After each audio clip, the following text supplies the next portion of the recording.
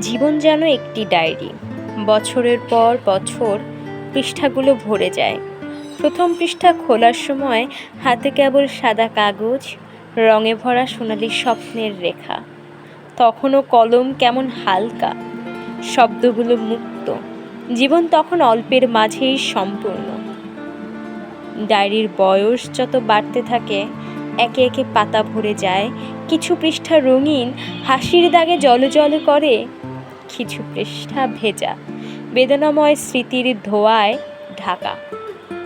তবে প্রতিটি পৃষ্ঠা যেন এক নতুন অভিজ্ঞতা।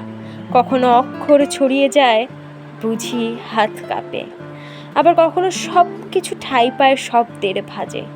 বয়স যত বাড়ে, তত ডায়েরির পাতা ভরে যায়। এক একটি পাতা এক একটি জীবন অধ্যায়।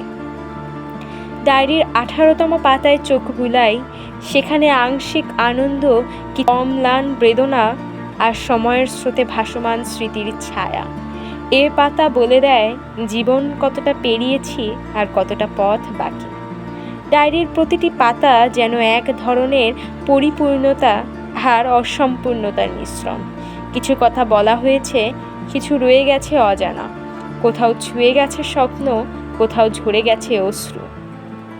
প্রতিটা পৃষ্ঠায় লিখিত সেই কথা, যা হয়তো একদিন কেবলই স্মৃতি হয়ে থাকবে। একটি জীবন, একখানি ডায়েরি। জীবনের শেষ পাতায় কলমটা হয়তো থেমে যাবে, কিন্তু প্রতিটা পৃষ্ঠা, প্রতিটা শব্দ হয়ে থাকবে এক চিরকালীন উপাখ্যান।